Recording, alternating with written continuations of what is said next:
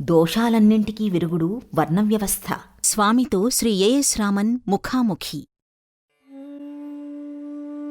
వర్ణ వ్యవస్థను తాము ఎలా సమర్థిస్తారు? దేశకాల పరిస్థితులకు విరుద్ధంగా కనిపించే ఈ విధానాన్ని సంస్కరించడానికి, మార్చడానికి అవకాశం ఉందా అని రామన్ ప్రశ్నించారు. వర్ణ వ్యవస్థకు సంబంధించినంతవరకు దానిలో గుణదోషాలు రెండూ ఉన్నాయి. ప్రపంచంలో అత్యంత ప్రాచీనమైన జీవిత విధానం అది. దానిలో సత్యం ఉండబట్టే నేటికీ అది సజీవంగా ఉంది. ఏ నాగరికత గానీ క్షీణించడానికి ముఖ్య కారణం మానవుని స్వార్థపరత్వమే. స్వార్థం వల్లనే పోటీ, దురాక్రమణ, పరపీడన, చివరకు వినాశనం అన్నీ సంభవిస్తాయి. పేదలను ధనికులు, అజ్ఞానులను విద్యావంతులు, అమాయకులను నాగరికులు, ఆస్తికులను నాస్తికులు లోబర్చుకుంటారు. ఆదిలో రూపొందించిన హిందువుల వర్ణ వ్యవస్థ మూలసూత్రాలు ఇలాంటి దుష్పరిణామాలను ప్రోత్సహించేవి కావు. వాస్తవంలో ఆ దోషాలకన్నిటికీ విరుగుడే వర్ణ వ్యవస్థ.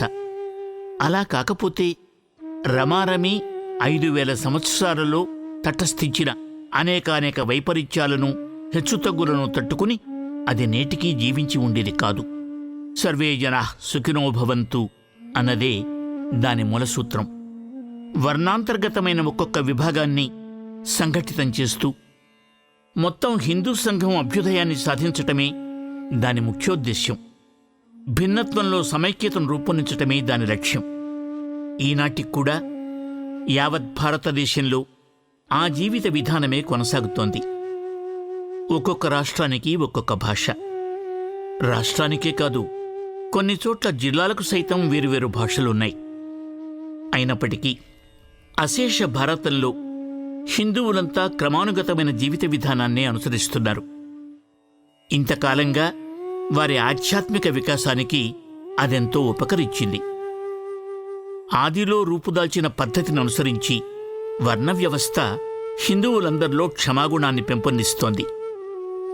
ప్రతి వర్ణము స్వధర్మాచరణంపై శ్రద్ధ వహిస్తుందే కాని ఇతర వర్ణస్థుల విధానాలను అవలంబించాలని కోరదు. ఉదాహరణకు, బ్రాహ్మణుడు నిరుపేద స్థితిలో ఉన్న వైశ్యుని సంపదను చూచి అసూయ పొందడు. అదేవిధంగా వైశ్యుడు తానెంత సంపన్నుడైనా క్షత్రియుని రాజ్యాధికారానికి తాను ప్రాకులాడ్డు. మతం, తత్వశాస్త్రం, కళ, సారస్వతం ఇలా అనేక విషయాలలో మనవారు సాధించిన మహోన్నత విజయాలకు మూలాధారం వర్ణం వ్యవస్థే అని చెప్పవచ్చు. కానీ నేటి పరిస్థితి ఆ విధంగా లేదు. నేడు వర్ణ విభాగం నామమాత్రమే, అది వాస్తవ స్థితిలో లేదు. అందుచేతనే నేడు మనకి దుస్థితి కనిపిస్తోంది. వైవిధ్యం ఒకప్పుడు మనకు బలాన్ని ప్రసాదించింది. అదే ఇప్పుడు పరస్పర వైరుధ్యానికి హేతువైంది. 4 వర్ణాల ప్రజలు ఎవరికి వారు వేరైపోవడమే కాక ఒకరినొకరు ద్వేషించుకునే పరిస్థితులు బలంగా ఏర్పడ్డాయి. ఇది చూసి చాతుర్వర్ణ వ్యవస్థకు వెలుపల ఉన్నవారు సంతోషిస్తున్నారంటే ఆశ్చర్యం చెందనక్కర్లేదు. ఒక్కొక్క కులాన్ని విడివిడిగా దెబ్బకొట్టవచ్చు. అందువల్లనే బ్రాహ్మణులు సైతం ఇతర మతాలకు అవలీలగా వసూలవుతున్నారు. పూర్వం బ్రాహ్మణుడు హిందూ సంఘానికి ఆధ్యాత్మిక పరంగా నాయకుడు. ఆ కాలంలో మన మతం పేరు కూడా బ్రాహ్మణ మతం అనే కానీ హిందూ మతం కాదు. ఈ రోజుల్లో కింది కులాల వారు ఆ నాయకత్వాన్ని బ్రాహ్మణుడి చేతుల్లో నుంచి తప్పించి తమకు సంక్రమింపచేసుకుందామని ఆశిస్తున్నారు. బ్రాహ్మణ, క్షత్రియ, వైశ్య, శూద్రజాతులకు చెందిన ప్రజలందరూ ఒకరిని చూసి ఒకరు సహించరు. ఎవరికి వారే అగ్రేసులమని గర్విస్తారు, ద్వేషించుకుంటారు. ప్రచ్ఛన్నంగా ఈ 4 తెగలకు అంతర్యుద్ధం జరుగుతూ ఉంటుంది. నన్నడిగితే ఈ దుస్థితికి ప్రధాన కారకుడు బ్రాహ్మణుడే అంటాను. ఇతర కులాల వారి గౌరవానికి బ్రాహ్మణుడు ఈనాడు పాత్రుడు కావడం లేదు. బ్రాహ్మణేతరులు బ్రాహ్మణుణ్ణి విశ్వసించలేరు. ఆధ్యాత్మికంగా హిందూ సంఘానికి ఆచార్యుడిగా ఉండే యోగ్యతను బ్రాహ్మణుడు కోల్పోయాడు. ఒకానొకప్పుడు బ్రాహ్మణుడు ఆర్థికంగా హిందువులందరికంటే అట్టడుగున ఉండటమే కాక మేధావిగా, శాస్త్రవేత్తగా, ఆచార్యుడిగా ఔన్నత్యంలో ఉండేవాడు. నిరాడంబర జీవనానికి ఆదర్శప్రాయుడిగా పరిగణించబడేవాడు. ఎంతటి దరిద్ర స్థితిలో ఉన్నా అందరిచేత అతడు గౌరవించబడేవాడు. గ్రామంలో బ్రాహ్మణుడు ఒక్కరోజు లేకున్నా అందరికీ లోటుగా వెలితిగా తోచేది. అతని ఇల్లు తపోవనంలా, ఆశ్రమంలా కనిపించేది. యావత్ ప్రపంచం తన్ను కనిపెట్టి చూస్తోంది అనే భావంతో బ్రాహ్మణుడు ఎల్లరకు ఆదర్శప్రాయంగా జీవనం గడిపేవాడు.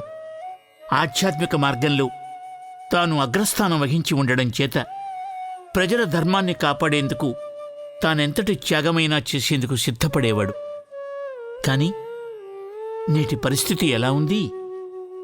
బ్రాహ్మణుడు తన బాధ్యతలను పూర్తిగా విస్మరించాడు. తన పూర్వీకులు ఆచరించిన జీవిత విధానాలను ఇతరులకు బోధించడానికి సైతం అర్హతను కోల్పోయాడు. క్షత్రియ, వైశ్య, శూద్ర జాతులకు బ్రాహ్మణ జాతికి భేదం అంతరించిపోయింది. అట్టి స్థితిలో బ్రాహ్మణేతరులు బ్రాహ్మణ్ణి నీ ఆధిక్యమేమిటి అని ప్రశ్నించటానికి ఆటంకమేముంది? అందరూ కలిసి వర్ణ వ్యవస్థను కేవలం విమర్శించటమే కాదు, దాని నామరూపాలు లేకుండా చేసేందుకు సిద్ధపడ్డారు. ఇందుకు నివారణోపాయమేమిటి? కులాలను రద్దు చేయడమా? అంతకంటే తేలికైన పని వేరొకటి ఉండదు. అయితే అది పరిష్కార మార్గం కానే కాదు. వర్ణ వ్యవస్థను పునరుద్ధరించి పూర్వపు ఔన్నత్యాన్ని దాన్ని కట్టబెట్టగలవాడు బ్రాహ్మణుడే కాని అన్యుడు కాడు. అందుచేత బ్రాహ్మణులకు నా సలహా ఏమిటంటే, మీరు సద్బ్రాహ్మణులుగా జీవితాలు గడపండి. అందరికీ ఆదర్శప్రాయంగా ఉండండి. మీ గుణాలను ఇతరులు అనుకరించేటట్టు చూడండి. మనోనిగ్రహం, ఆత్మనిగ్రహం, తమకై తాము దారిద్ర్యాన్ని వరించటం మొదలైనవి మీ పూర్వీకులు, మీ పెద్దలు అవలంబించిన జీవిత విధానంలోని కొన్ని పవిత్ర లక్ష్యాలు. వారి వలె మీరు కూడా వాటిని అనుష్ఠించండి. అప్పుడు హిందూ సంఘంలోని బ్రాహ్మణేతర ప్రజానీకమంతా మీచే ప్రభావితులవుతారు. హిందువులలో ఐక్యత సమకూడుతుంది. ఆధ్యాత్మిక విలువలకు సంబంధించినంతవరకు ఎలాంటి పరిస్థితుల్లోనూ నియమోల్లంఘనం చెయ్యకండి. ఇందుకు ఎంతో త్యాగం కావాలి. దాన్ని కాదన్ను. దేశం కోసం ప్రాణాలు త్యాగం చేసిన దేశభక్తులు లేరా? తన మతం కోసం, తన ధర్మం కోసం బ్రాహ్మణుడు ప్రాణం ధారపోయలేడా? నాయకుడైన వారికి లాభాలతో పాటు బాధ్యతలు కూడా ఉంటాయి. బ్రాహ్మణుని స్వార్థరాహిత్యము, త్యాగపరత్వము ఈ రెంటి మీదనే వర్ణ వ్యవస్థ జవసత్వాలు ఆధారపడి ఉన్నాయి. కాని పక్షంలో బ్రాహ్మణునిపై విధించబడిన నైతిక ప్రమాణాలను సమర్థించేదెట్లా? ఈ సంస్కరణకు బ్రాహ్మణుడే ముందుగా సంసిద్ధం కావాలి.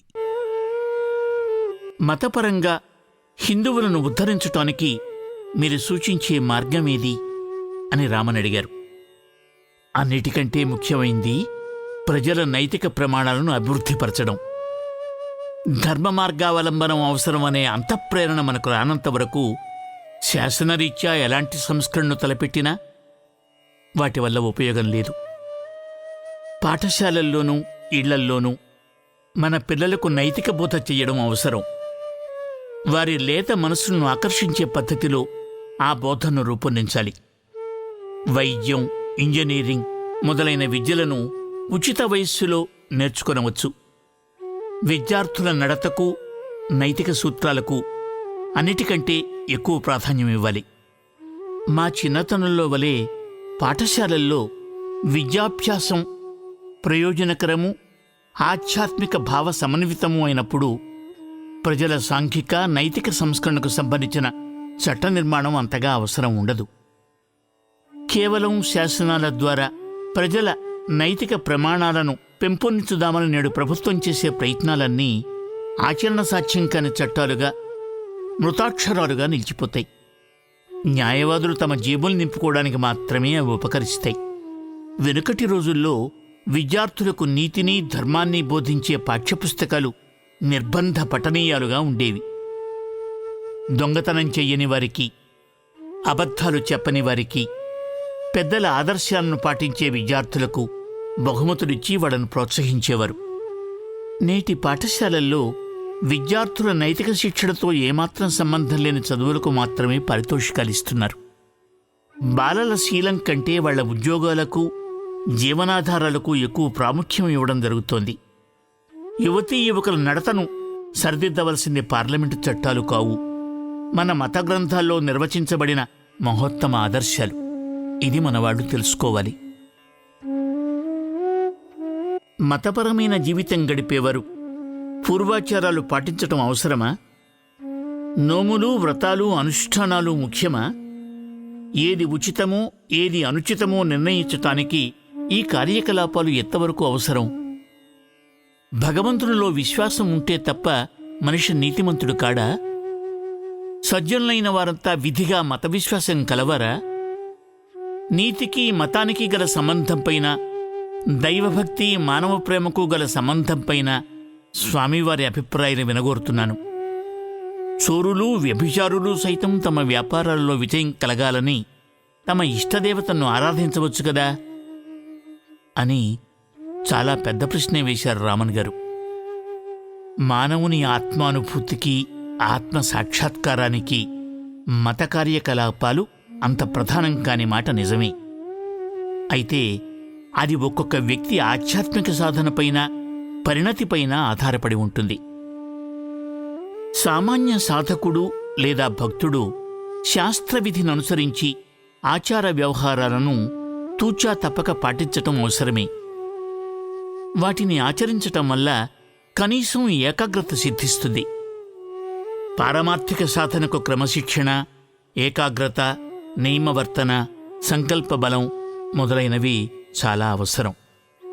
మత కార్యకలాపాల వల్ల వీటిని అలవర్చుకోవచ్చు. మతము, నైతిక వర్తనము అన్యోన్య ఆశ్రయాలు కావు. బుద్ధుడు, మహావీరుడు దేవుణ్ణి నమ్మలేదు, అయినా వారు నీతిపరులు, ధర్మపథంలో నడిచారు, ప్రజల్ని నడిపించారు. వైదిక మతానుయాయుల్లో సైతం నాస్తికులు లేకపోలేదు. సాంఖ్యవాదులు నాస్తికులే. సాంఖ్యులకు కర్మ ముఖ్యమైనంతగా దేవుడు ముఖ్యం కాదు. అయితే మనిషికి ఏదో ఒక ఉత్తమమైన ఆదర్శం ఉంటే కాని పరిపూర్ణమైన నీతి సాధ్యం కాదు. ఆ ఆదర్శానికి తన్ను తాను సమర్పించుకుంటాడు.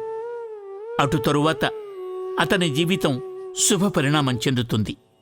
మానవుని ఆంతరంగిక సాధనకు లక్ష్యమూ గమ్యమూ భగవంతుడొక్కడే. ఇతర దేశాలన్నిటిలో కంటే భారతదేశంలో ఎక్కువ మంది భక్తులు అవతరించారు. మన మత సాహిత్యం ఎంత సుసంపన్నమో, ఎంత మహిమోపేతమో చూడండి. ఎంతటివాడైనా మానవుడు అసంపూర్ణుడే. కావున మానవుడు మానవునకు పరమ లక్ష్యం కాజాలడు. ఆ కారణం చేత తన నైతికాభ్యున్నతికై, తన ఆధ్యాత్మిక పరిణతికై తనకంటే ఉత్తముడు, మహోన్నతుడైన వాణ్ణి, పురుషోత్తముణ్ణి ఆలంబనగా ఎన్నుకుంటాడు. బుద్ధుడు అహింసను పరమధర్మంగా బోధించాడు. ఆ సిద్ధాంతమే బౌద్ధులకు దేవుని స్థానాన్ని ఆక్రమించింది. కాని బౌద్ధమతం వ్యాప్తిలో ఉన్న దేశాలన్నిటిలో నేడు మనం ఏమి చూస్తున్నాం? అహింస పరమధర్మంగా పాటించే ఆ ప్రజల్లో జీవహింస, మాంసాహారం మహావికృత రూపం దాల్చి ఉన్నాయి. మేము అహింసా ధర్మపరాయణమని చెప్పుకోవడానికై అచటి ప్రజలు తాము స్వయంగా జంతువధ చేయకపోవచ్చు. మన తూర్పు తీరాల నుంచి కొందరిని తమ దేశానికి రప్పించుకుని వారి చేత జంతువుని చంపిస్తారు. ఇది వారి అహింస. అందుచేత భగవంతుడనే ఒక ఉత్తమ ఆదర్శాన్ని తన లక్ష్యంగా పెట్టుకుంటేనే తప్ప మానవుడు నైతికంగా పరిపూర్ణతను సాధించలేడు. వ్యక్తి కంటే కూడా ఒక జాతికి భగవంతుడనే మహోన్నతమైన ఆదర్శం అవసరం. ఇక చోరులు, వ్యభిచారులు అని మీరు ఉదహరించిన దోషులున్నారే, అపమార్గాన పడిన నేటి కాలపు బౌద్ధుల్లాంటి వారు కారు. ఆధ్యాత్మిక సాధనలో విజయం సాధించలేకపోవడం వల్ల కలిగే ఫలితాలకు మానవ సహజమైన దౌర్బల్యం కారణం కానీ ఆదర్శం కారణం కాదు.